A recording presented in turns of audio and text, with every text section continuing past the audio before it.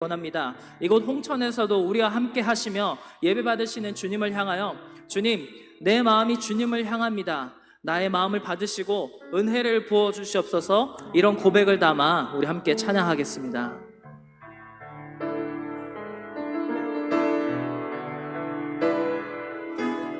나는 하나님을 예배하는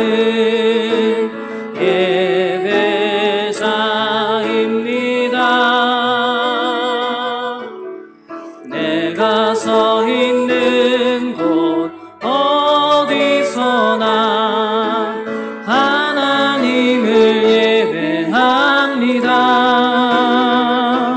내 영혼 거룩한 은혜를 향하여 내 마음 완전한 하나님 향하여 이곳에서 바로 이 시간 하나님을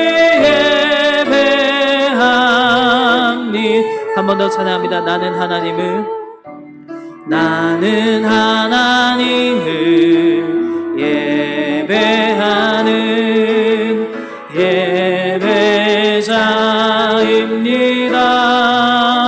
예배자입니다. 내가 서 있는 곳 어디서나 하나님을 예배합니다. 내 영혼 거룩한 은혜를 향하여 내 마음 완전한 하나님 향하여 이곳에서 바로 이 시간 하나님을 예배합니다. 우리 한 번 더 고백합니다. 나는 하나님을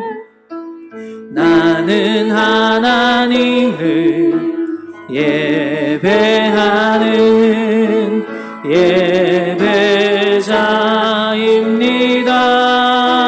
예배자입니다. 내가 서 있는 곳 어디서나 하나님을 예배합니다. 내 영혼 거룩한 은혜를 향하여 내 마음 완전한 하나님 향하여 이곳에서 바로 이 시간 하나님을 예배합니다. 아멘. 이 시간 우리 모두 일어나셔서 예수 우리 왕이여 함께 찬양하겠습니다.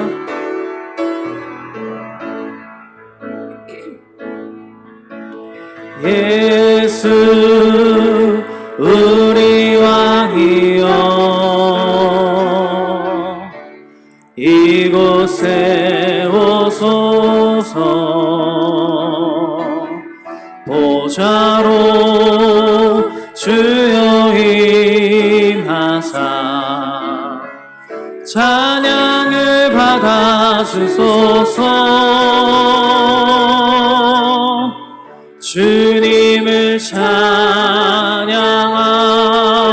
찬양하오니 주님을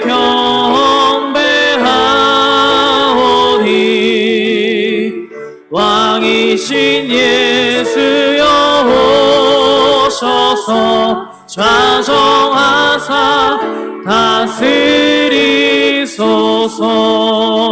다스리소서. 아멘. 우리 다 함께 사도신경 하심으로 우리 신앙을 고백하겠습니다. 나는 전능하신 아버지 하나님 천지의 창조주를 믿습니다. 나는 그의 유일하신 아들 우리 주 예수 그리스도를 믿습니다. 그는 성령으로 잉태되어 동정녀 마리아에게서 나시고 본디오 빌라도에게 고난을 받아 십자가에 못 박혀 죽으시고 장사된 지 사흘 만에 죽은 자 가운데서 다시 살아나셨으며 하늘에 오르시어 전능하신 아버지 하나님 우편에 앉아 계시다가 거기로부터 살아있는 자와 죽은 자를 심판하러 오십니다. 나는 성령을 믿으며 거룩한 공교회와 성도의 교제와 죄를 용서받는 것과 몸의 부활과 영생을 믿습니다. 아멘. 우리 모두 자리에 앉으시겠습니다. 이 시간 우리 함께 찬양하실 때에 이 나라를 세우시고 인도하신 광대하신 크고 넓으신 우리 주님의 이름을 높여드리며 또 신실하신 그 사랑을 함께 찬양하겠습니다.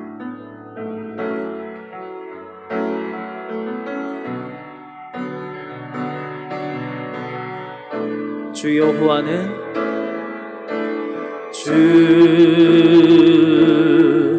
여호와는 광대하시도다.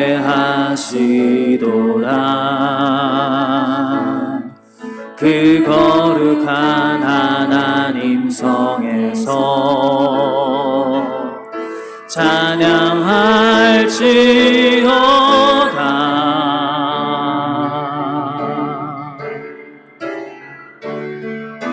주 승리 우리에게 주셨도다.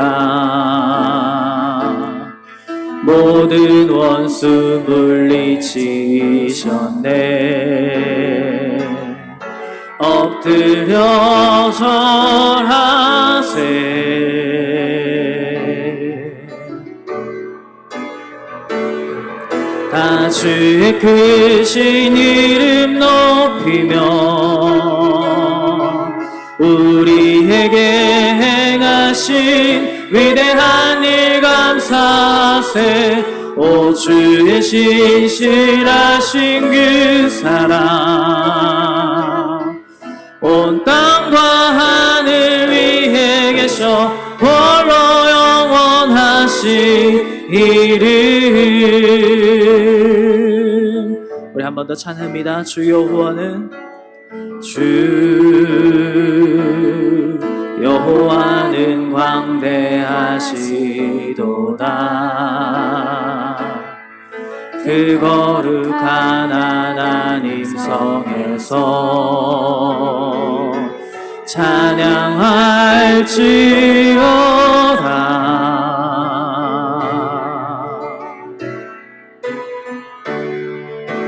주 승리 우리에게 주셨도다. 모든 원수 물리치셨네. 엎드려 절하세.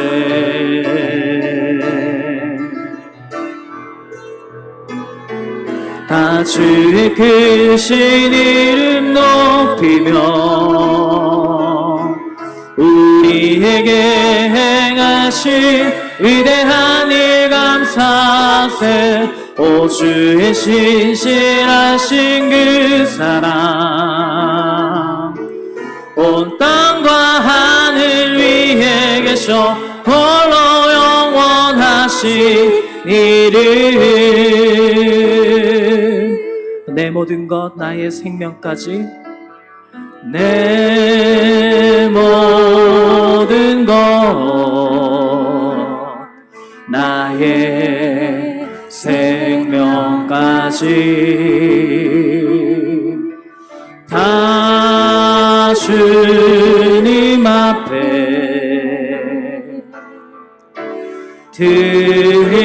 드립니다. 주 임재 안에서 이제 내 영혼 자유해. 내가 주의 거룩한 이름을 높이며 예배하리. 어린 양 찬양하리. 내 평생 그 하나로 충분해요. 어린 양 찬양하리. 내가 주의 임재 안에서 내 모든 것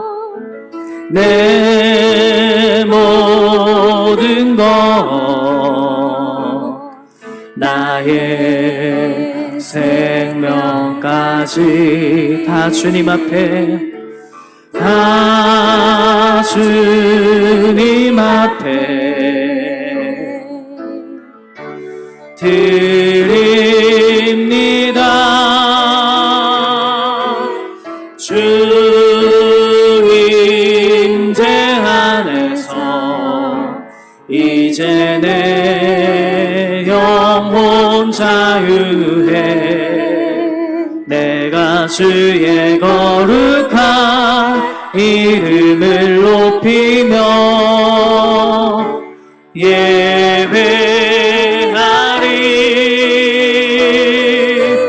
어린 양 찬양하리. 내 평생 그 하나로 충분해요. 어린 양 찬양하리. 내가 주의 임재 어린 양 찬양하리. 어린 양 찬양하리. 내 평생 그 하나로 충분해요. 어린 양 찬양하리. 내가 주의 임재 안에서. 아멘. 이 시간 우리 함께 기도하겠습니다. 지난 한 주간 살아오면서 주님의 말씀을 기억하지 못하고 주님의 말씀대로 살아가지 못한 어리석고 교만한 저희를 용서하여 주옵소서. 이 예배 가운데 임재하신 성령님께서 우리의 생각을 주님의 말씀으로 깨우쳐 주시고 주님의 마음을 갖도록 인도하여 주옵소서. 이런 기도 제목을 가지고 주님의 이름 한번 간절히 부르짖고 기도하겠습니다. 주여, 아버지 하나님 감사합니다. 주님의 임재 가운데 아버지 하나님 우리가 거하기를 소망합니다. 아버지 하나님 늘 주님의 임재 가운데 하나님 우리를 인도하여 주시고 아버지 하나님 우리와 함께하여 주시옵소서. 아버지 하나님 주님과 동행하며 주님 말씀대로 순종하며 살아가는 아버지 하나님 우리 전입교회와 또 우리 체육교회가 되기를 원합니다. 아버지 하나님 이 시간 간절히 사모하오니 하나님의 말씀으로 아버지 하나님 이 시간 우리에게 아버지 하나님 말씀을 더하여 주시고 아버지 하나님 하나님의 음성을 듣고 깨우칠 수 있도록 성령 하나님께서 역사하여 주옵소서. 아버지 하나님 지난 한 주간 동안 하나님의 말씀대로 순종하지 못한 살아감을 주여 회복해오니 용서하여 주옵소서. 사랑과 은혜가 풍성하신 하나님, 한 주간도 저희들의 삶을 지켜주시고 오늘도 예배의 자리로 인도하심을 감사드립니다. 무더운 날씨와 우리의 분주함으로 인해 영과 육이 무너져서 본질이 아닌 것에 우리의 마음을 빼앗길 때가 너무나 많습니다. 주께서 긍휼을 베푸시어 우리의 연약함을 불쌍히 여기사 치유의 은혜가 있게 하여 주시옵소서. 바라옵기는 우리의 영혼이 예배를 통하여 회복됨으로 말미암아 내 영혼이 잘됨 같이 범사가 잘되고 강건케 되는 역사가 있게 하여 주시옵소서. 모든 민족의 주인이신 하나님, 우리 민족을 보호해 주시고 오늘의 번영과 영광을 누릴 수 있도록 축복해 주신 하나님께 감사를 드립니다. 나라를 빼앗겨 절망 속에서 탄식했던 이 백성을 불쌍히 여기셔서 광복을 허락하신 지 79주년을 맞이했습니다. 그동안 많은 시련과 풍파 속에서도 하나님의 인도하심으로 여기까지 왔음을 고백합니다. 전쟁과 정치적 불안과 사회적 갈등 속에서도 경제 강국으로 서게 하신 하나님께 감사를 드립니다. 사랑의 하나님, 이 시간 경제적 어려움과 질병과 소외와 고독으로 고통받는 이웃들을 불쌍히 여기시고 우리 교회의 사역과 섬김을 통해 모든 연약한 이웃들이 하나님의 은혜와 능력을 경험케 하여 주옵소서. 전인교회와 학교를 위해 세우신 조용래 담임 목사님께 영육간의 강건함을 더하시어 날마다 성령 충만하여 하나님께서 주신 사명 잘 감당케 하옵소서. 동역하시는 김효성 목사님, 정론 목사님께서께도 동일한 은혜를 더하여 주시옵소서. 오늘 이 시간 김정회 목사님을 통해 선포되는 생명의 말씀으로 우리가 위로받고 세움을 얻게 하시어 날마다 감사와 기쁨으로 살아가게 하옵소서.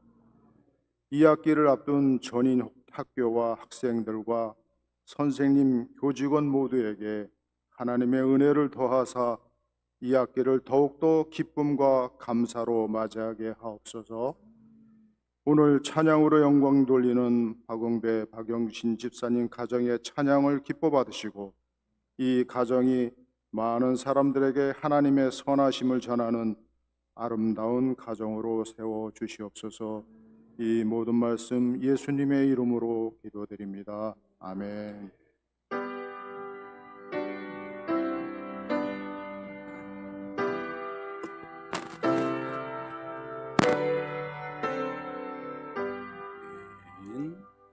찬송가 582장 주보에 나와 있는 찬양과 좀 바꿔서요.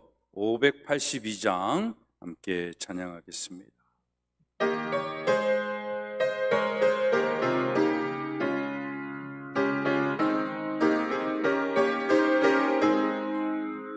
어두운 밤 마음에 잠겨 역사의 어둠 짙었을 때에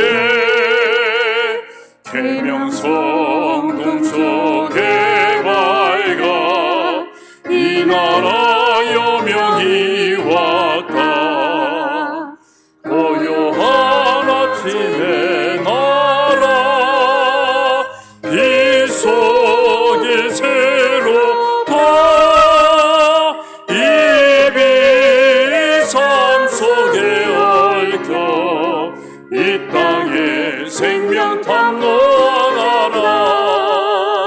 옥토에 뿌리는 기뻐 하늘로 슬기 가지 솟을 때 가지 억만을 해요. 그 열매 만민이 산다.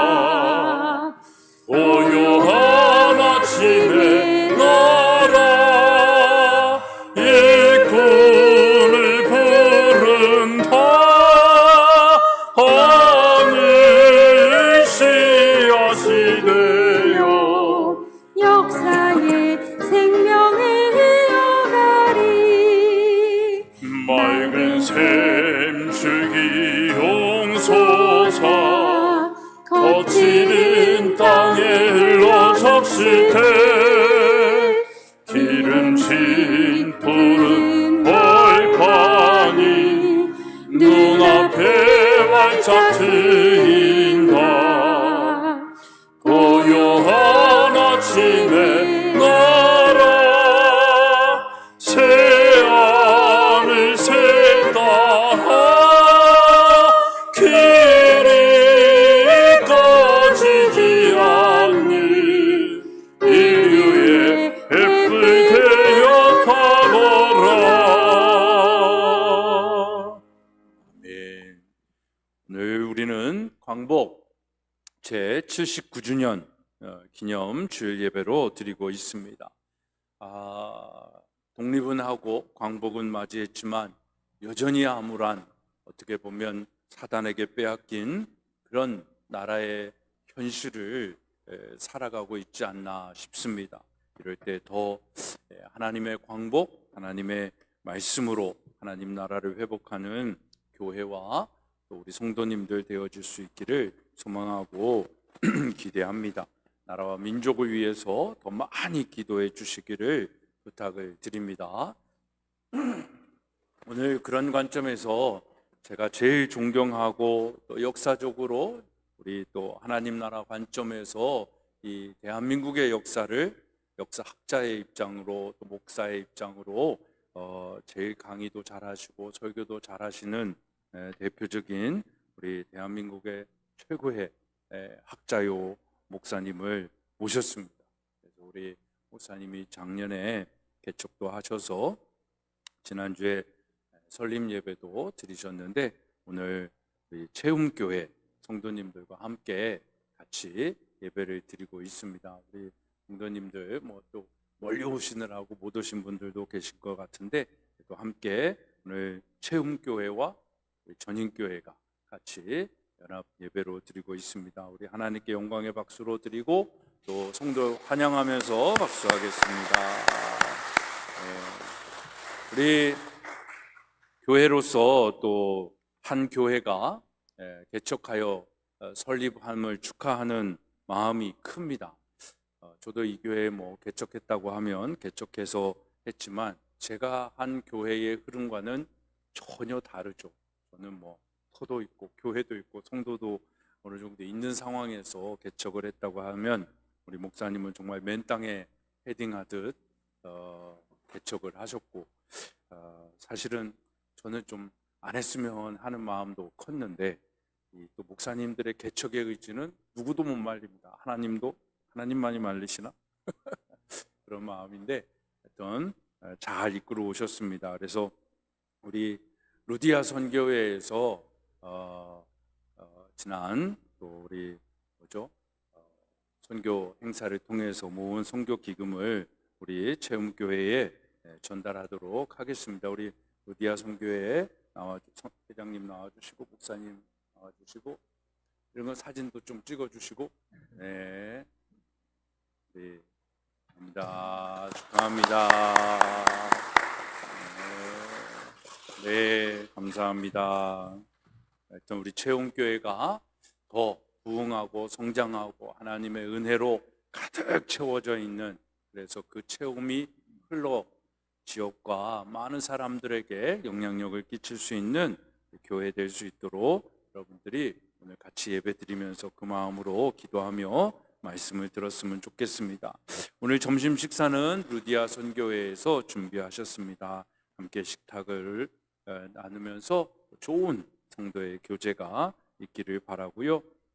우리 김일학 장로님 이번 주 내일이나 수요일쯤 퇴원하셔서 홍천으로 오신다고 합니다. 여러분들 온전한 치유와 회복이 있을 수 있도록 계속해서 기도해 주시고 조직검사 결과로 암이 판정이 돼서 항암 치료는 하신다고 합니다. 아직 전이는 안 된 상황이라 너무 다행인데 하여튼 잘 치료받고 또 항암 치료 과정 속에서도 장로님 건강하실 수 있도록 많이 기도해 주셨으면 좋겠습니다. 우리 박을래 권사님 따님 부부도 부부간에 신장 이식을 해서 잘 회복 중입니다. 전 그 부부의 스토리를 들으면 들을수록 너무나 은혜가 되고 감동이고 참 불가능한 속에서도 혈액형이 다른데도 신장 이식을 했다는 또 그런 상황도 있고 그 가정의 형편과 상황을 보면 너무나 기도가 절로 되는 가정인데 잘 극복하고 있고 또 신랑은 사위는 퇴원을 했고 또 우리 따님이 아직 회복 중에 있는데 계속해서 여러분들이 기도해 주시면 감사하겠습니다.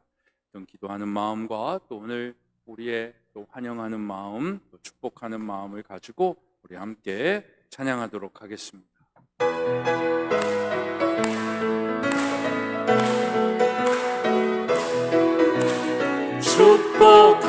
축복합니다. 주님의 이름으로 축복합니다. 주님의 사랑으로 이곳에 모인 주의 거룩한 자녀에게 주님의 기쁨과 주님의 사랑이 충만하게 넘치기를 축복합니다. God bless you. God bless you. 축복합니다. 주님의 사랑으로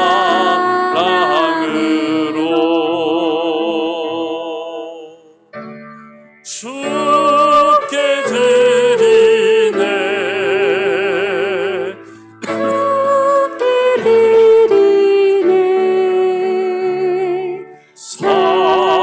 사랑하는 그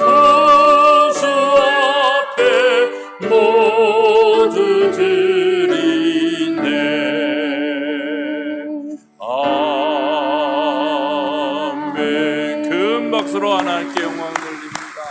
할렐루야. 11조 예물 신원선 이명수 권사님 가정, 이상근 권사님, 한정관 양양호 권사님 가정, 박은배 박영신 집사님 가정, 이현정 성도님, 한성민 청년 드렸습니다. 감사의 예물 우리 안명숙 권사님, 또 조용래 목사, 범사에 감사하여 변혜정 집사님, 유현상 집사님, 영목 권사님 가정, 양호잉 권사님, 김원종 장로님, 한정관 권사님, 한성민 청년, 양양욱 권사님, 강영석 권사님 가정, 김영환 권사님 가정, 박용범 님, 최중희 권사님, 전옥 목사님, 최음교회 성도들이 함께 예배하며 은혜 나누게 하신 감사해서 은혜입니다. 김정혜 목사님 드리셨습니다. 교회 많은 분들이 주일헌금으로 예물 드리셨고요. 장학의 예물 김영환 권사님 가정, 조용래 목사, 양양호 권사님, 한정건 권사님, 박영신 집사님 가정 드리셨습니다. 또 1,000번째 양양호 권사님 드렸습니다. 기도하겠습니다. 하나님, 오늘도 주님 앞에 나와 예배할 때에 저희들 마음과 뜻과 정성을 다하여 드립니다. 특별히 우리에게 주신 열매를 11조로 감사의 예물로, 주일 헌금으로, 1,000번째로 장학의 예물로 각각의 마음과 뜻과 정성을 담아서 주님 앞에 드립니다. 흠양하여 주시옵소서.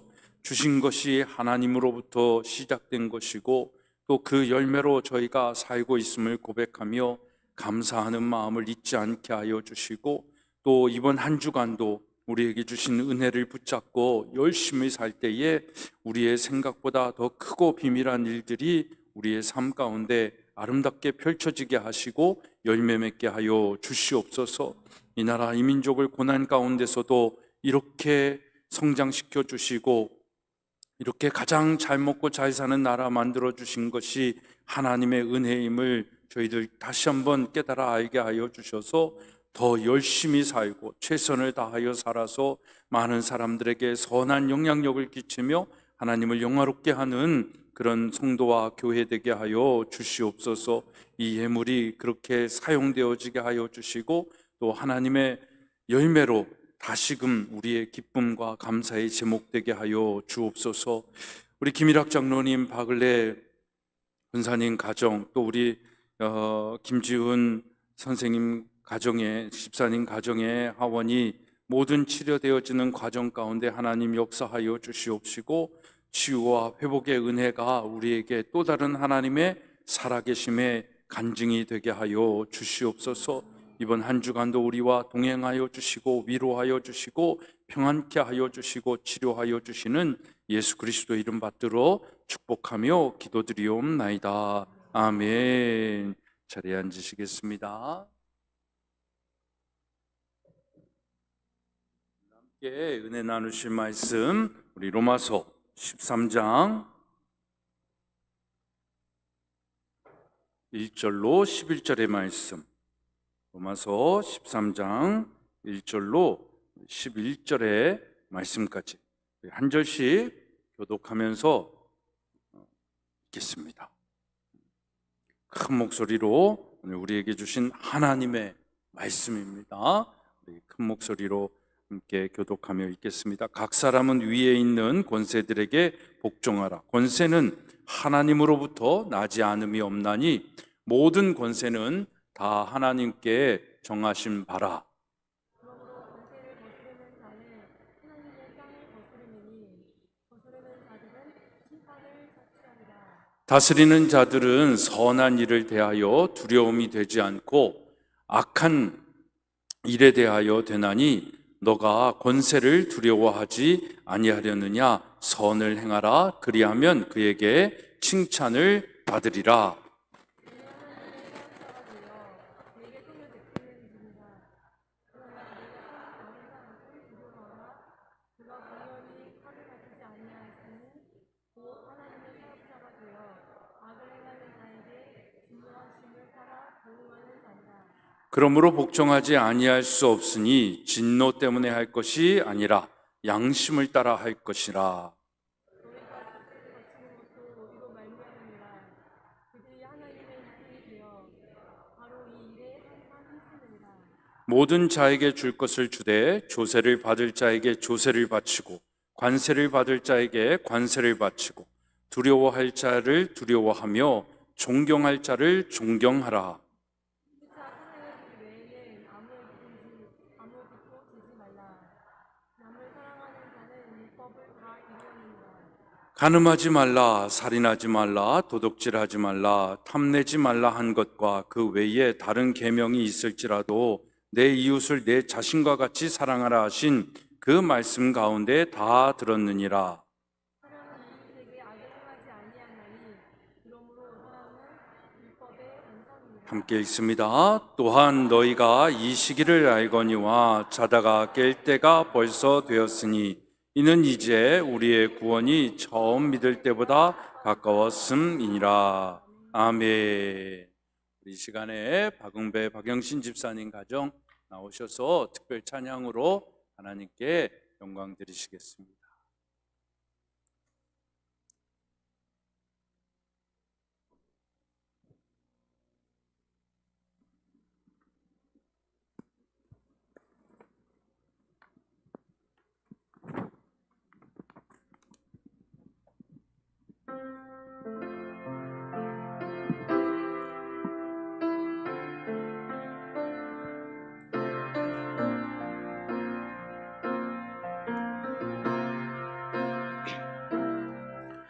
내가 주인 삼은 모든 것 내려놓고 내 주시신 주 앞에 나가 내가 사랑했던 모든 것 내려놓고 주님만 사랑해.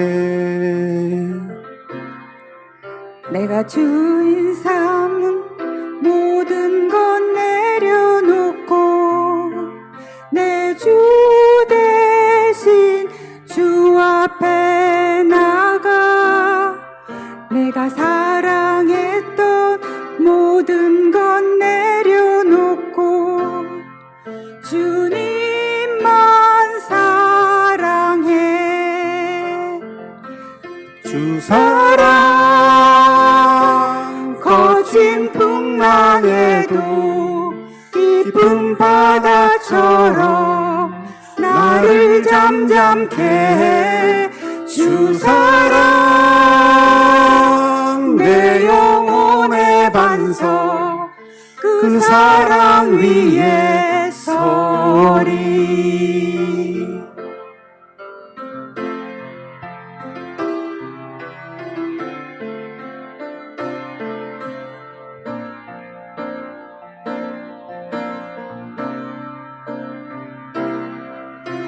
내가 주인 삼은 모든 것 내려놓고 내 주 대신 주 앞에 나가 내가 사랑했던 모든 것 내려놓고 주님만 사랑해. 주 사랑 거친 풍랑에도 깊은 바다처럼 나를 잠잠케 해. 주 사랑 내 영혼의 반석 그 사랑 위에 서리. 그 사랑 위에 서리. 아멘. 아멘. 네, 나 은혜로운 찬양 감사드립니다. 참 내려놓는다는 게 쉽지 않은데 또 내려놓게 하시는 하나님의 은혜도 우리의 삶 속에 있는 것 같습니다. 그 은혜를 가지고 두 분의 간증과 같은 찬양에 큰 또 감동과 또 은혜를 누립니다. 아무튼 또 9월에 다시 호주로 가시는데 다시 만날 그때까지 우리가 더 건강하게 잘 지냈으면 좋겠습니다. 우리 우리 박은배 광영신 집사님 가정에 큰 박수로 축복하겠습니다. 네, 우리 이 시간에는 제가 아까 소개해드린 우리 김정혜 목사님 나오셔서 우리에게 나라는 이라는 제목을 가지고 말씀 선포하실 때 여러분들 정말 하나님이 이 나라를 어떻게 사랑하시고 세워가시는지 하나님의 감동이 있는 예배가 되기를 소망합니다. 우리 목사님 큰 박수로 환영하면서 할렐루야로 하나님께 영광 돌립니다.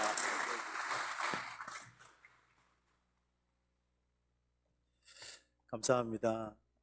늘 아침에 일찍 차를 몰고 이곳에 올 때는 늘 은혜가 있고 설레임이 있고 즐거움이 있는 것 같습니다. 2년 전에 제가 왔었더라고요. 그럼에도 목사님 불러주셔서 너무 감사하고 또 혼자 오지 않고 제가 체험교회 성도들과 함께 적은 인원이지만 함께 올 수 있어서 너무 감사하고요. 이곳에서 설교를 할 때마다 말씀을 나눌 때마다 제 안에 회복이 있고 은혜가 있습니다. 그거는 성도님들께서 못 느끼셔도 상관없습니다. 그냥 제 안에 그런 게 있기 때문에 더 큰 하나님의 은혜가 아닌가 그렇게 생각을 합니다. 요새 올림픽이 한창인데 오늘 마무리가 되더라고요. 근데 이번 올림픽은 그렇게 나이가 먹을수록 올림픽이 그렇게 막 가슴에 와닿거나 그렇지는 않은 것 같은데 이번 올림픽에 우리나라에서 태권도에서 금메달을 딴 한 선수가 인터뷰를 하는데 이렇게 얘기를 했어요. 태극기가 너무 멋있었다고. 자기가 금메달을 따고 태극기를 보는 순간에 태극기가 너무 멋있었답니다. 근데 그 말을 인터뷰를 이렇게 제가 듣는 순간에 오버랩 되는 장면이 있었습니다. 그거는 1936년 베를린 올림픽에서 일장기를 달고 마라톤을 뛰어서 금메달을 땄지만 고개를 숙였던 그 송기정홍의 모습이었습니다. 왜 고개를 숙였을까요? 가장 자기의 개인의 명예롭고 그리고 가장 자랑스러운 그 순간에 가슴에 있는 일장기를 월계수 잎으로 가려야 했고 고개를 숙여야 됐고 한 번도 고개를 들지 않습니다. 우리가 나라가 없다라는 것은 내 삶의 가치가 어디에서 온 것인지 그리고 그것이 무엇인지를 알지 못한다라는 것을 의미하기 때문에 다른 나라의 국기를 가지고 있다라는 것이 부끄러운 것이고 수치스러운 것이고 내 자신이 자랑스럽지 않은 모습으로 다가온다라고 하는 거죠. 여러분 일제강점기에 우리나라는 외국에 나갈 때 지금은 우리가 외국 나갈 때 여권부터 만들잖아요. 그러나 우리나라에 이 여권이 없었죠. 그래서 어떤 나라의 여권을 가지고 나가야 했습니까? 일본의 여권을 가지고 나가야 되는 것이 우리나라의 현실이었다라고 하는 거죠. 언젠가 그 이승만 대통령에 대해서 비판하시는 분들이 이승만 대통령이 어떻게 일본 여권을 가지고 활동할 수 있었는지에 대해서 비판하는 것을 보았습니다. 비판할 수는 있겠죠. 오늘날 시대로 보면 이해가 안 가니까. 근데 가만히 생각해 보세요. 얼마나 비극적인 이야기입니까?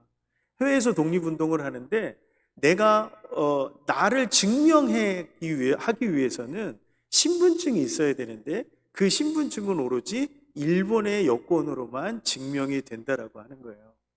이것은 우리 역사가 가지고 있는 비극이죠. 비난할 부분은 아니라고 하는 것입니다. 한국 여권이 없었다는 것을 오늘날 이 시대 사람들이 잘 모르고 있었다라고 하는 의미가 되는 겁니다. 여러분 그 시대는요 우리가 마음대로 여행을 다닐 수가 없었어요.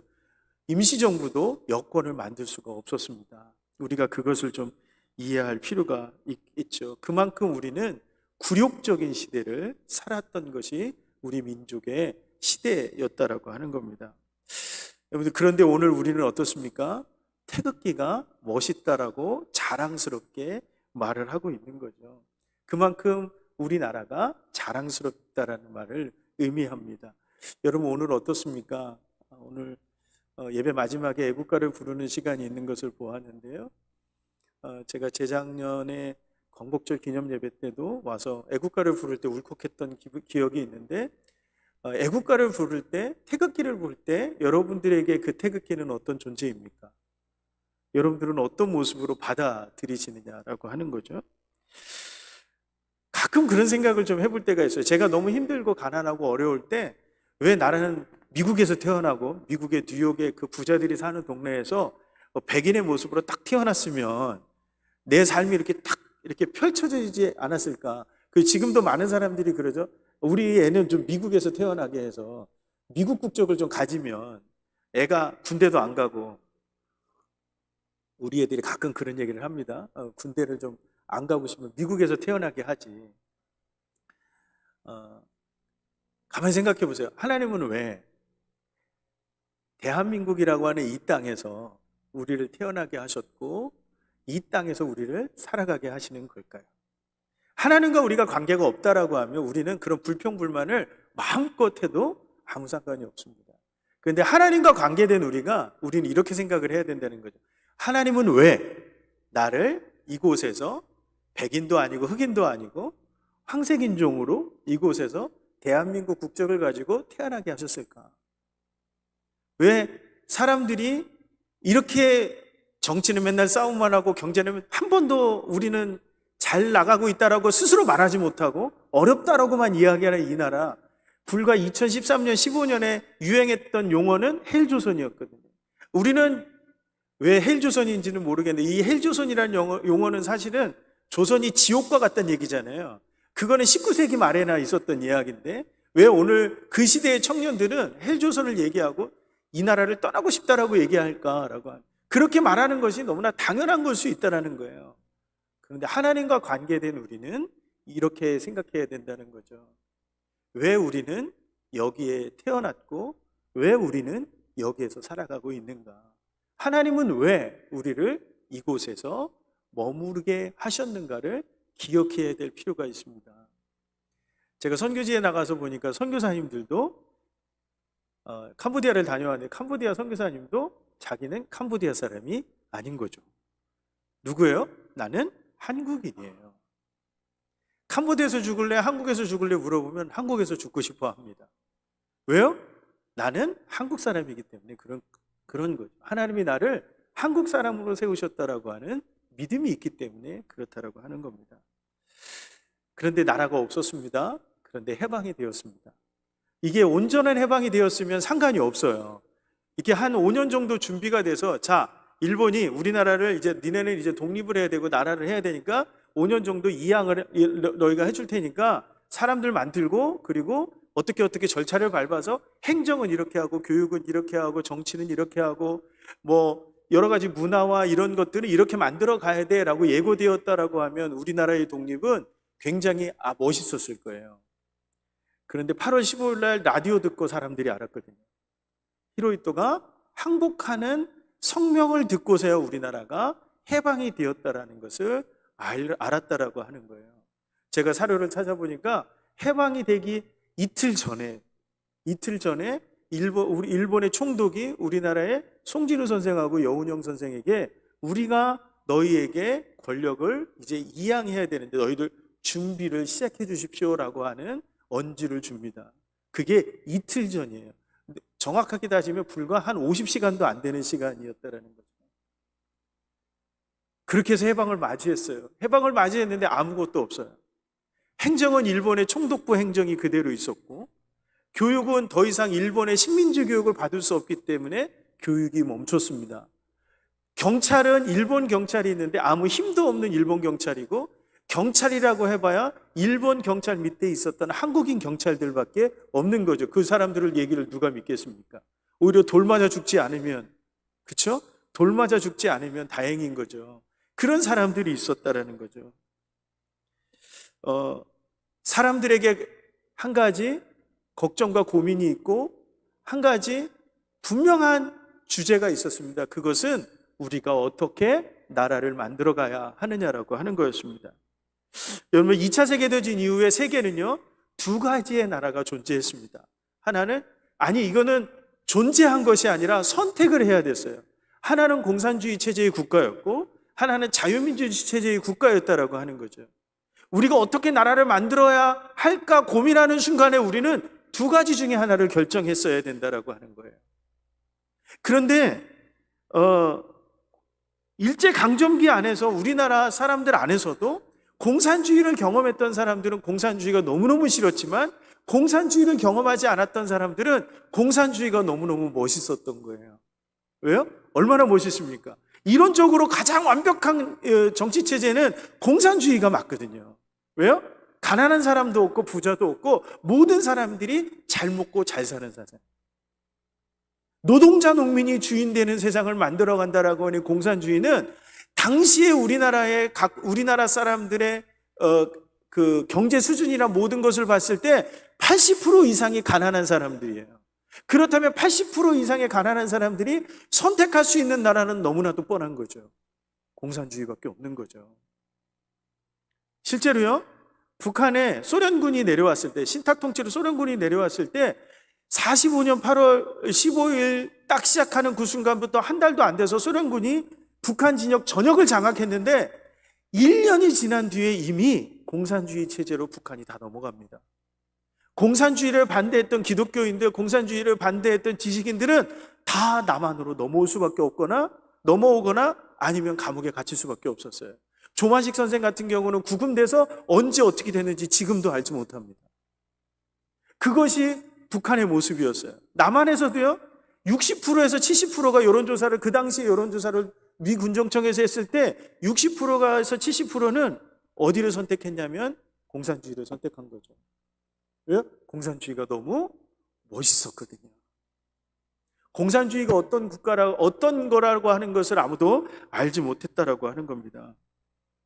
이때 우리 남한에 있었던 사람들의 의식을 바꿨던 두 부류가 있었습니다. 바꿨던 사람들이 있어요. 하나는 교회였고 하나는 교육가들이었습니다. 교회는 뭐 말할 것도 없이 이미 일제강점기부터 공산주의자들이 어떤 사람들이라고 하는 것을 알고 있었기 때문에 공산주의는 유물론자들이었고, 그리고 공산주의는 기독교를 아편으로 생각했고 기독교를 핍박하는 거라고 하는 인식이 있었거든요. 그런데 이것을 교회가 그 당시만 해도 100만 명도 되지 않는, 100만 명을 조금 넘었던 교회가 이것을 대한민국 사람들을 교화시킨다라고 하는 것은 굉장히 어려운 일이었어요. 근데 그때 미 군정청의 교육을 담당했던 사람들이 기독교인이었는데, 학무국장이 유옥겸이라고 하는 연세대 연희전문의 학장을 했던 분과 그 다음에 학무국장 밑에서 모든 것을 총괄했던 분이 오천석이라고 하는 분입니다. 목사님의 아들이었고 우리나라에서 최초로 미국에서 교육학 박사학위를 받은 분이었어요. 이분의 호가 1,000원입니다. 10,000원도 아니고 100원도 아니고 1,000원이에요. 이 1,000원이라고 하는 말 속에서 사실은 천국이라고 하는 의미가 있거든요. 이게 일천천자가 아니고 하늘천자를 쓰거든요. 그 1,000원 오천석 선생이 이 학교를 디자인하는데 학교를 빨리 열어야 돼요. 그래서 제일 먼저 만든 게 뭐냐면 교과서예요. 교과서를 만났는데 어떤 것을 가르쳤냐면 민주주의를 가르쳤어요. 그래서 46년이 시작되자마자 뭐를 했냐면 교과서가 나옵니다. 우리나라에서 만든 교과서가 46년도부터 만들었어요. 여러분들 이게 기적적인 일이에요. 왜 기적적인 일인지 아십니까? 아직 나라가 만들어지지 않았거든요. 교육부가 없었거든요. 미 군정청에 미국 사람들이 와서 나라를 지배하고 있을 때 한국인이 어떻게 가르쳐야 될지를 담은 것이 교과서인데, 그곳에서 민주주의를 가르쳤어요. 왜요? 우리가 올바른 나라는 민주주의라고 하는 것을 어디로부터? 아이들로부터 가르쳐야만 이들을 통해서 올바른 나라가 만들어진다라고 하는 그분의 생각 때문에 그렇습니다. 어떤 나라를 만들어야 할까? 뭐로부터 시작해요? 교육으로부터 시작하는 것입니다. 그것이 바로 오천석 선생은 국가교육의 목적이라고 그렇게 가르쳤습니다. 민주주의는요, 개인의 가치가, 개인의 자유가 가장 절대적인 가치입니다. 그래야만 국민이 주권을 행사할 수 있고, 그리고 국민이 주권되는 국가가 이루어져야만 강력한 국가를 만들 수 있고, 그 모델이 미국이라고 보았기 때문인 거죠. 그리고 개인의 자유가 보장되어야만 자유로운 인간으로서 평등한 것을 이룰 수 있다라고 그렇게 가르치는 것이 바로 민주주의입니다. 물질적인 평등을 가르치는 것이 아니라 자유로운 인간으로서의 평등을 가르치고 기회로서가 보장되는 나라로서의 평등을 가르치는 것이 바로 민주주의라고 했다라고 하는 거죠. 그리고 공산주의는 어떻습니까? 강제로 가진 자들의 것을 빼앗아서 나누어 주는 것, 이걸 공평하고 평등한 것으로 가르치는 것이 바로 공산주의죠. 그러다 보니까 어떻게 해요? 나는 다른 사람의 자유를 빼앗아야 되고 다른 사람의 자유를 억압해야 되는 그런 모순점들이 공산주의는 가지고 있습니다. 무엇보다 중요한 것은 자유를 잃어버리면 종교의 자유를 잃어버립니다. 종교의 자유를 잃어버린다는 것은 신앙의 자유를 잃어버리는 것이죠.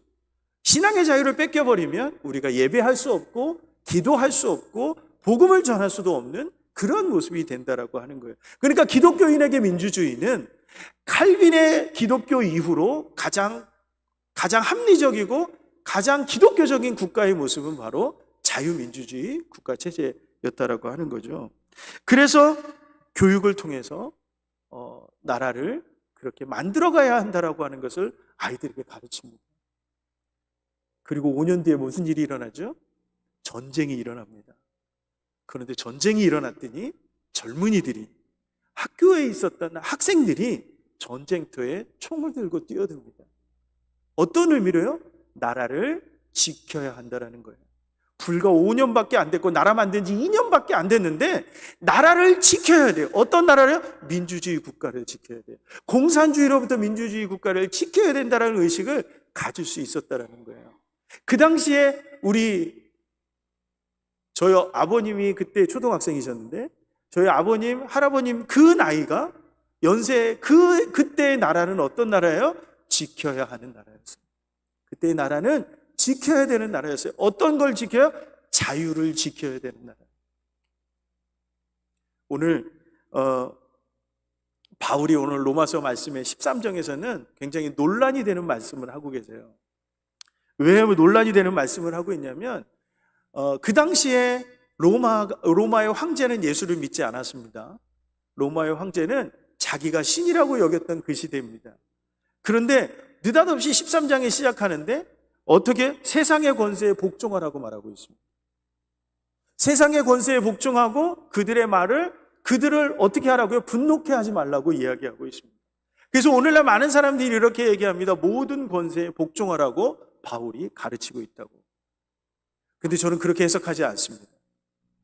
바울이 왜 로마의 사람들에게 그 사람들에게 권세에 복종하라고 말씀하셨을까요? 거기엔 이유가 있습니다. 그 당시는 로마로부터 기독교인들이 핍박을 받는 시대였습니다. 복음을 전해야 되는 그런 모습인데 이 로마 사람들은 아직 기독교가 무엇인지를 알지 못해요. 복음이 무엇인지를 알지 못해요. 이 사람들이 어떤 가치를 갖고 어떤 하나님을 믿는지를 아직 알지 못해요.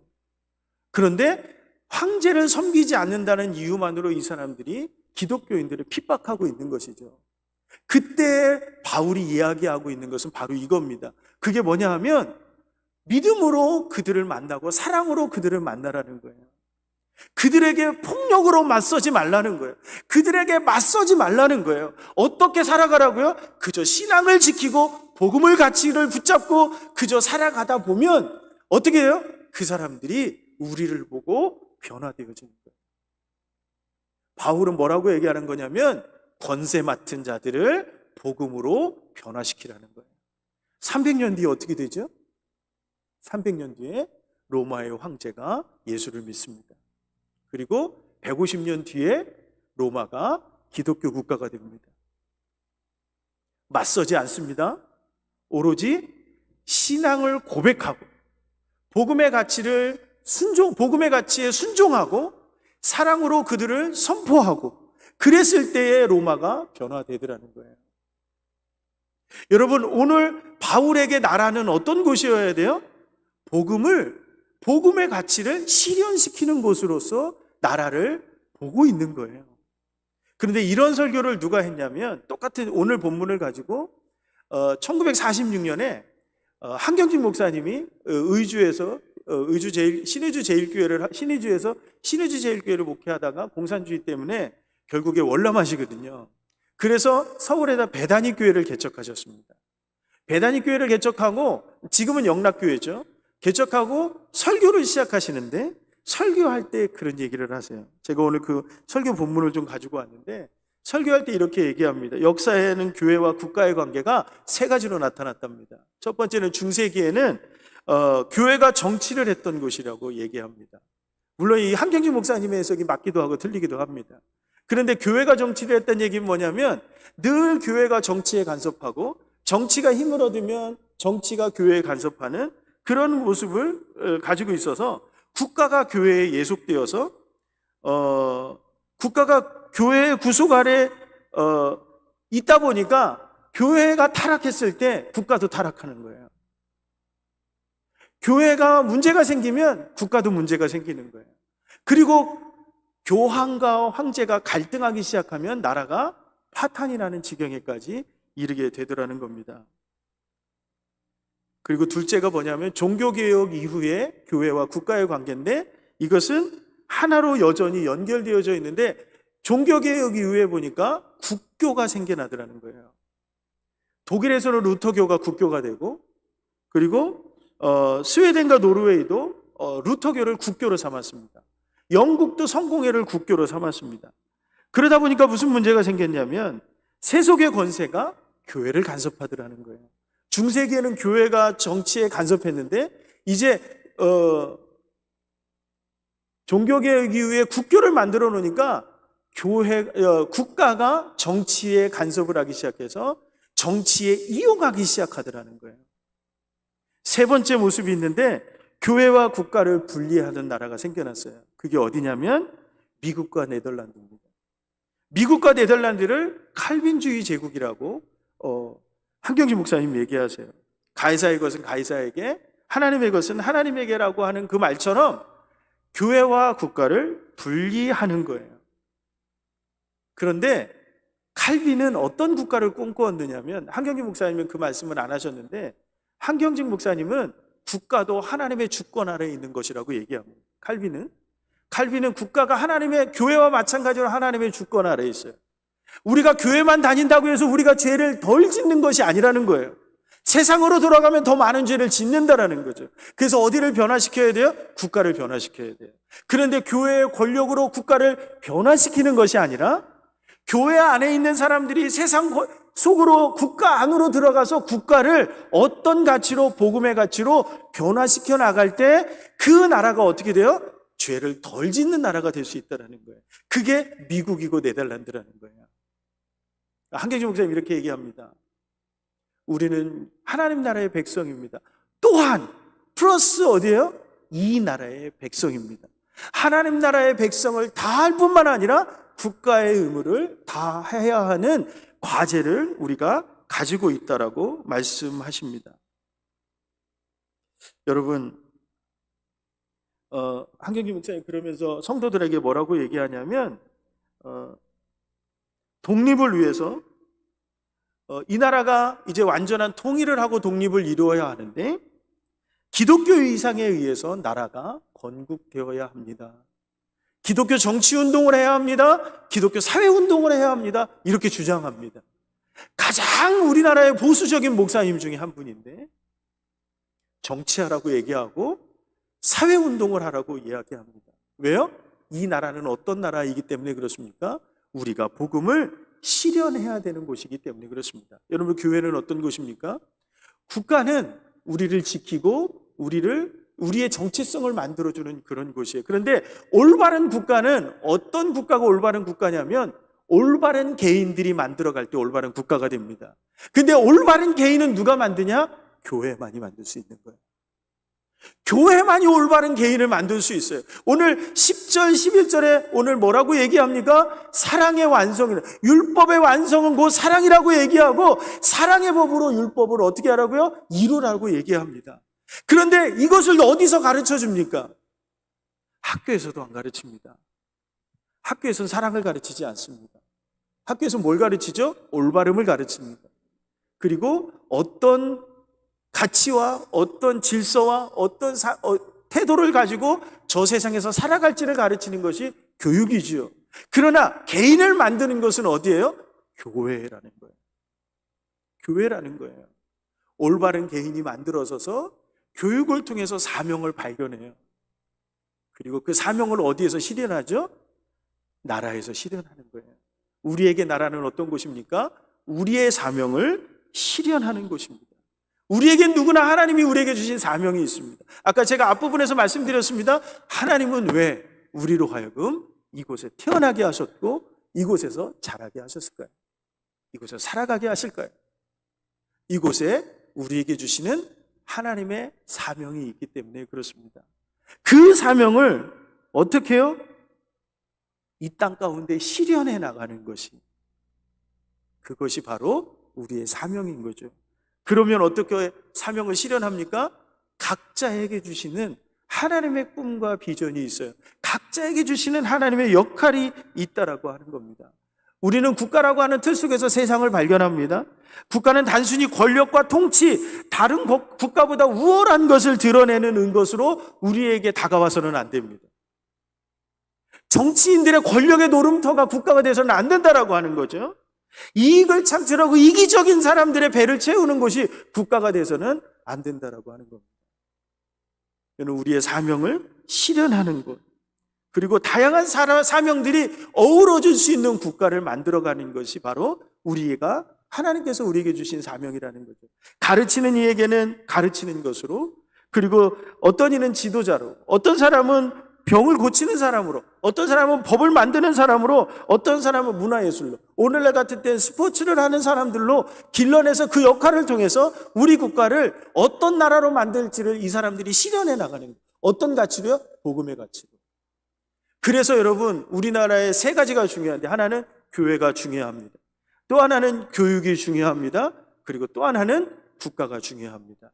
이 세 가지가 연결되지 않으면 우리나라가 올바른 나라의 반열로 올라가기가 굉장히 어렵습니다. 제가 이렇게 역사를 이렇게 보면서 우리 대한민국은 참 묘한 게 있습니다. 영국도 그런 것들이 있고 미국도 그런 것이 있는데, 교회의 신학이 바뀔 때마다 정치의 모습이 바뀌어요. 정치의 모습이 바뀔 때마다 교육의 모습이 바뀌어요. 교육의 모습이 바뀔 때마다 사회의 모습이 달라지더라는 거예요. 오늘날 왜 이렇게 어지러워졌습니까? 뭐 동성애 문제, 뭐 우리가 이번에 올림픽에도 생물학적 성이냐 사회학적 성이냐 이거 갖고 막 싸우는 것을 제가 봤거든요. 왜 그렇습니까? 가치관이 무너졌기 때문에 그런 거겠죠.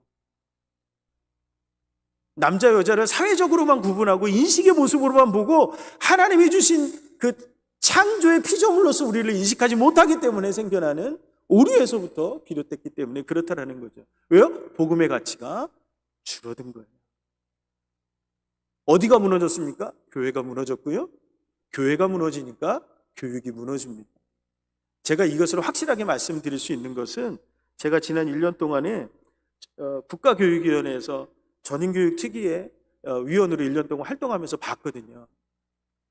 지금요, 이 교육을 담당하고 있는 사람, 진보든 보수든 간에 모든 사람들의 고민은 뭐냐면, 우리 교육이 전인교육이 돼야 하는데 방법을 못 찾는 거예요. 제가 거기 회의하면서 그랬습니다. 전인을 만드는데 방법을 못 찾는데, 그러면 전인을 어디서 만들 거냐고.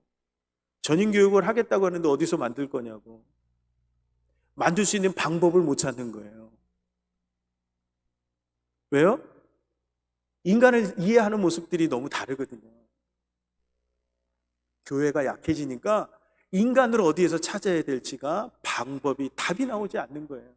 그러니까 교육 속에서 어떻게 교육이 이루어져야 하는지를 답을 찾을 수가 없는 거예요. 교회가 살아야 합니다. 그리고 교회가 살아야 교육이 살 수 있습니다.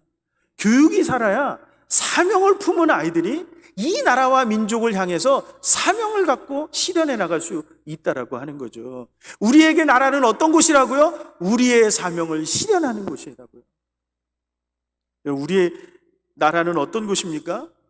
하나님의 나라의 모형을 만드는 것이 나라여야 합니다. 우리는 궁극적으로 하나님의 나라를 꿈꿉니다. 그렇죠? 여러분, 우리가 죽으면 어디로 가죠? 하나님의 나라로 갑니다. 믿으십니까? 저도 믿습니다. 그래서 우리는 뭐를 두려워하지 않습니까? 죽음을 두려워하지 않습니다. 근데 조금 죽음을 두려워하는 것 같기는 해요. 제가 높은 곳에 올라가면 못 견디겠어요. 그러나 우리는 뭐죠? 두려워서 떨어져 죽어도 우리에게는 가야 할 곳이 있죠.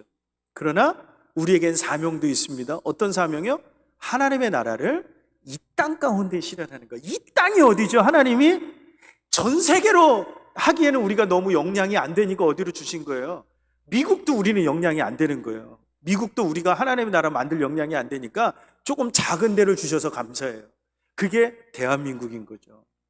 여러분들 중국을 주셨으면 우리가 너무 힘들었지 않겠습니까?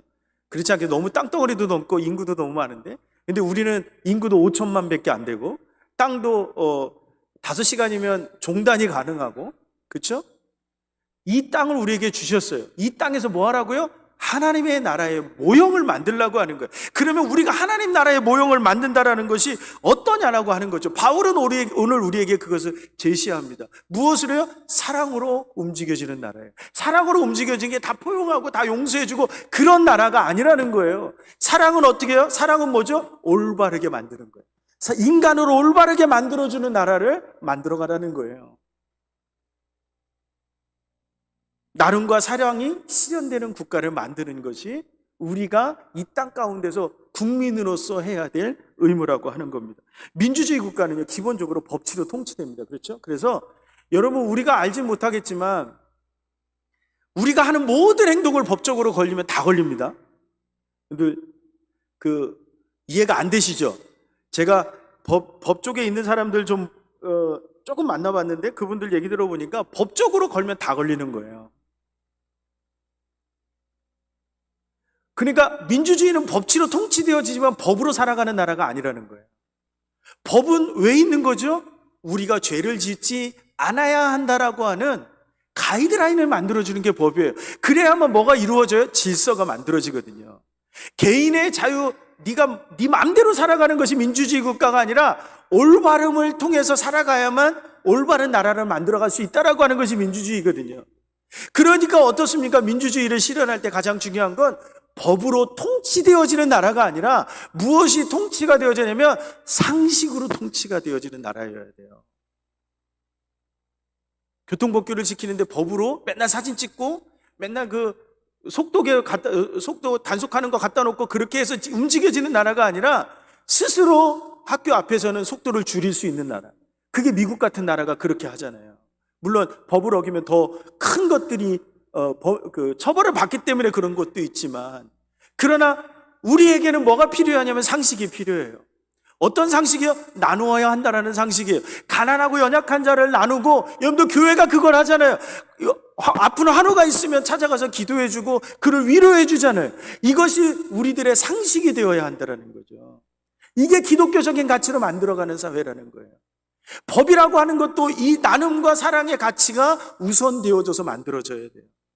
처벌하고 그 다음에 정죄하고 하는 그런 국가가 아니라 그들이 처벌을 받았으면 관용해주고 용서해줄 수 있는, 잘못하면 어떻게 해요? 처벌할 수 있는, 그래서 더 많은 범죄가 나오지 않게 만들지만 처벌을 받았으면 관용하고 용서해줄 수 있는 그런 국가의 모습을 만들어야 되는 거죠. 그러니까 많은 사람들이 그 얘기를 하면 그렇게 얘기합니다.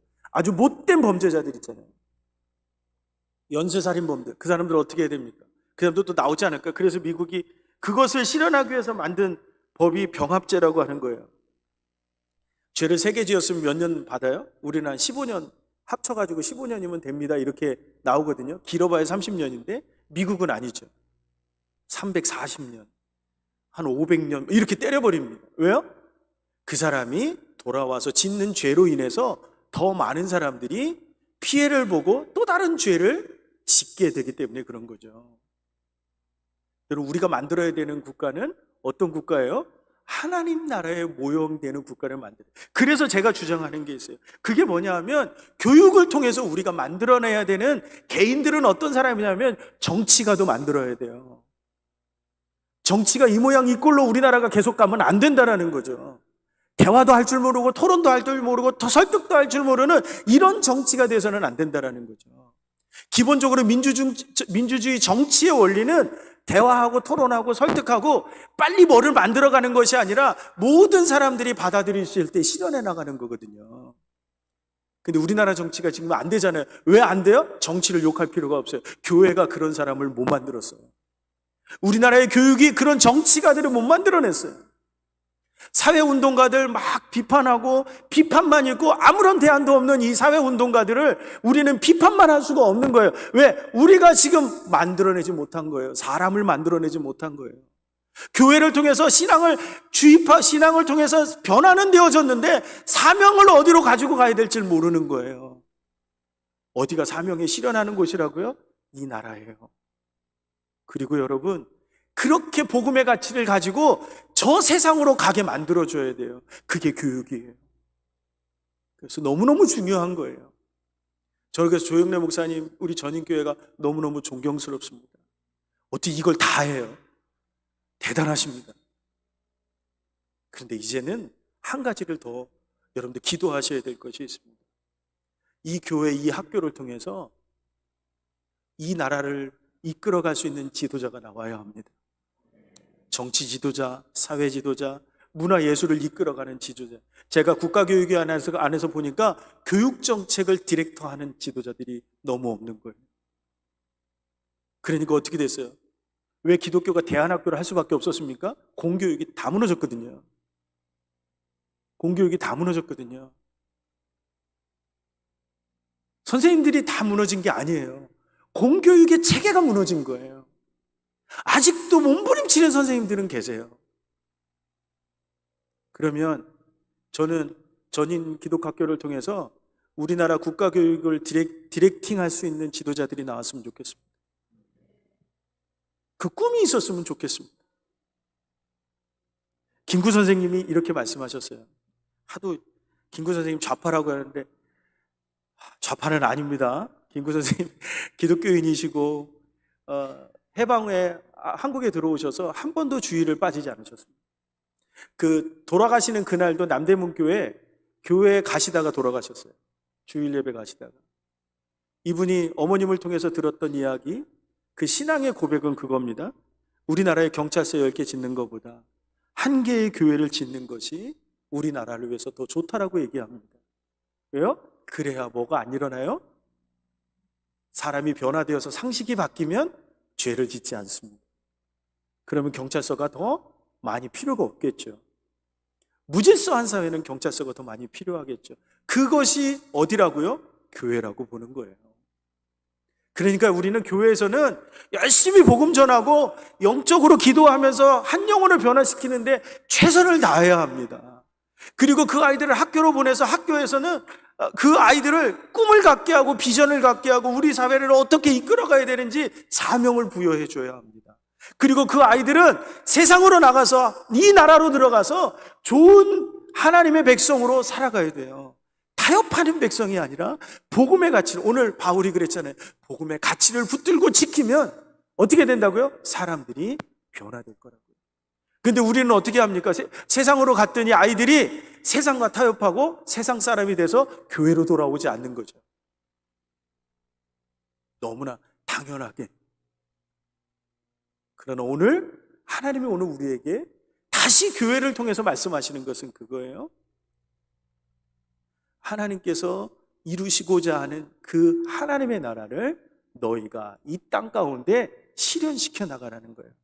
마지막에 이렇게 말씀하시는 때가 가까우니라. 때가 가까우니라. 마지막 때 우리가 하나님 앞에 무슨 말씀하시겠습니까? 하나님, 나는 하나님의 나라를 이 땅 가운데 실현시키기 위해 내 삶의 자리에서 최선을 다했습니다. 그 한마디면 족합니다. 우리 주님 듣고 싶은 이야기는 바로 그 이야기입니다. 오늘 여긴 농부의 자리로 돌아가실 분들도 있고 가정의 자리로 돌아가셔야 될 분도 있고 직장의 자리로 돌아가셔야 될 분들도 있습니다. 그곳에서 하나님의 나라의 가치를, 복음의 가치를 실현시켜 나가십시오. 그리고 이 나라의 민족을 위해 기도하십시오. 이 나라가 어떤 나라 되기를? 하나님이 원하시는 나라, 복음의 가치가 지배하는 나라, 올바른 민주주의가 정착되어지는 나라. 그래서 많은 세상 열방에게 하나님을 믿는 백성의 나라가 어떤 모습으로 살아가는지를 보여줄 수 있는 그런 나라가 될 수 있다면 하나님은 우리로 하여금 잘했다 칭찬하실 거라고 저는 그렇게 믿습니다. 그 사명이 누구에게요? 다른 사람에게 있는 것이 아니라 오늘 나에게 있는 것입니다. 여러분, 대한민국은 어떤 나라입니까? 우리에게 주어진 복음의 통로이며 사명입니다. 그것을 놓고 이 나라를 위해서 기도하시는 저와 여러분들이 되시기를 주님의 이름으로 간절히 축원합니다. 기도하시겠습니다. 은혜가 풍성하신 하나님, 대한민국이라고 하는 이 나라 너무나도 힘겨운 시대를 지나왔습니다. 때로는 나라를 빼앗기기도 했고, 때로는 우리 한 민족끼리 피터지는 전쟁을 통해 수많은 사람들이 목숨을 잃어야 했고, 이 강산과 이 강토가 무너져야 했습니다. 그럼에도 불구하고 교회는 살아있었고, 복음의 능력은 여전히 한 영혼 한 영혼에게 흘러들어서 어두운 세상 가운데 빛이 비춰졌을 때 이 나라를 70년이라고 하는 시간 동안, 80년이라고 하는 이 시간 동안 세상 사람들이 부러워할 만한 나라로 이끄셨습니다. 하나님, 하나님이 세우신 이 나라를 자랑스럽게 여기는 우리의 모습이 되게 하여 주시옵소서.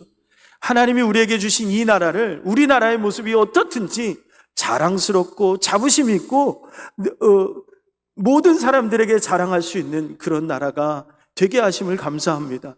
하나님, 이제 이 나라가 올바른 하나님의 나라의 실현장이 되기를 원해서 기도합니다. 이 나라가 하나님이 기뻐하는 나라가 되기를 위해서 우리가 사명을 감당하려고 합니다.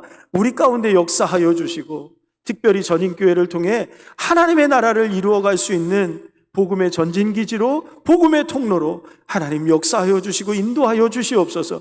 특별히 학교를 함께하고 있습니다. 이 학교를 통해 이 나라, 이 민족을 이끌어갈 지도자들이 나오기를 소망합니다. 이 나라에 필요한 하나님의 원하시는 사명자들이 나오기를 소망합니다. 하나님 충만케 하시고 역사하여 주시옵소서. 예수님의 이름으로 기도하옵나이다. 이 한 말씀 우리에게 정말 큰 도전과 비전이 될 줄로 믿습니다. 우리 이 마지막 때에, 또 이 어려운 때에 정말 이렇게 교회와 학교와 가정, 이 부분이 함께 이루어지는 것은 정말 특별한 은혜입니다. 또 그걸 경험하고 있는 저 자신은 이게 얼마나 큰 축복임을 경험하는 거죠. 그래서 여러분들도 그 축복의 자리에 있음을 기억하시면서 이게 사명으로 우리의 삶 속에 아름답게 펼쳐졌으면 좋겠습니다. 이 사명에 목숨을 걸고, 제가 어저께 우리 목사님이 오늘 설교를 해주셔서 우리 교사분들하고 안중근 영웅 뮤지컬을 함께 관람을 했습니다. 영화를 통해서도 제가 참 큰 감동을 받았는데, 뮤지컬을 통해서도 또 더 감동이 되는데, 뭐 화려한 무대 노래를 잘하는 것보다 저는 그 안중근 영웅에 나오는 그 대사 하나하나가 정말 하나님이 저에게 막 설교하시는 것 같아요. 안중근의 그 고백, 또 어머니의 기도, 또 그 안에 있는 사람들이 나라를 살리기 위하여, 또 나라의 광복을 위하여, 독립을 위하여 애쓰고 죽고 또 희생하는 그 모습, 지금 우리가 그 모습이 필요한 때입니다. 이걸 인식하고 있느냐 없느냐가 전 굉장히 중요하다라는 그런 생각을 하는데, 우리 교회는 정말 이 남궁옥 장로님의 이 무궁화 운동이 시작된 곳이기도 하고, 이곳에 기독학교가 또 시작되어지는 그 부분이기도 하고, 얼마나 의미가 있는지 모릅니다. 이런 것들을 여러분들이 새겼으면 좋겠고, 특히 우리 이곳에 있는 다음 세대들이 그런 부분들을 가슴에 안고, 오늘 목사님이 말씀하신 것처럼 교육 정책뿐만 아니라 경제와 모든 것이 하나님 나라 관점에서 이루어질 위대한 지도자들이 이곳에서 많이 배출될 줄로 믿습니다. 이미 배출되고 있기에 너무나도 감사하게 생각을 합니다. 하여튼 나라 사랑하는 마음을 여러분들이 간직하면서 우리 이 시간에 다 같이 일어나셔서 애국가로 함께 찬양하고 우리 목사님의 축도로 모두 마치도록 하겠습니다.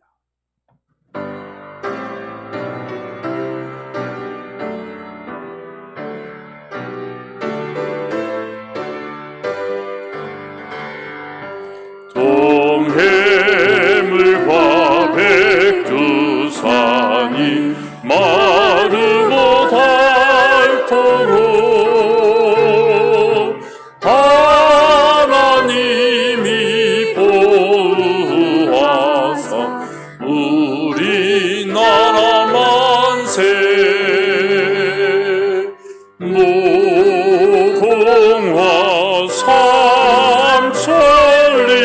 화려강사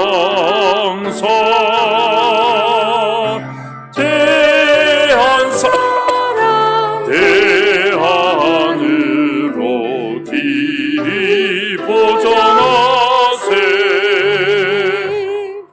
남산 위에 저 소나무 철갑을 두른 듯 바람 소리 불변한 우리 기상일세 무궁화 삼천리 화려강사 대한 사람 대하늘로 길이 보전하세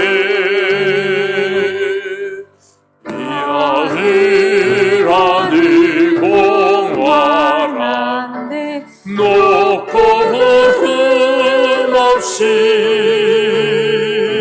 밝은 달은 우리 가슴 일편 단심이세 무궁화 삼천리 화려강사 대한 사람 대안으로 길이 보전하세 이 기상과 이 마음으로 충성을 다하여 괴로우나 즐거우나 나라 사랑하세 무궁화 삼천리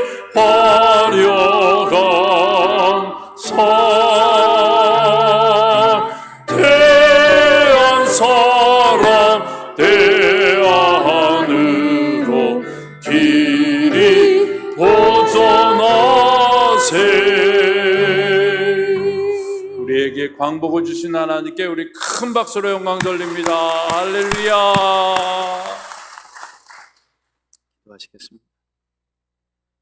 지금은 우리와 함께 계시고 우리를 구원하신 우리 주 예수 그리스도의 은혜와 이 나라의 민족을 또한 우리를 극진히 사랑하시는 아버지 하나님의 무한하신 사랑하심과 성령님의 인도하심과 충만하심이 이 땅에 이 나라와 이 민족을 우리에게 주셔서 살아가게 하시고 이 땅 가운데서 하나님의 역사를 다시 한번 깨달으며 하나님이 주신 사명을 감당하며 이 땅 가운데 이 나라 가운데 주님의 사명과 하나님의 나라를 실현시키기로 다짐하고 결단하는 우리 전인교회와 재흥교회 모든 성도들과 이 나라와 이 민족 가운데 지금도 눈물로 하나님을 향해 이 나라의 민족을 위해 기도하는 하나님의 모든 백성들 머리 위에 저 열방의 하나님 나라 백성들 머리 위에 지금부터 영원토록 함께 하시기를 간절히 축원하옵나이다.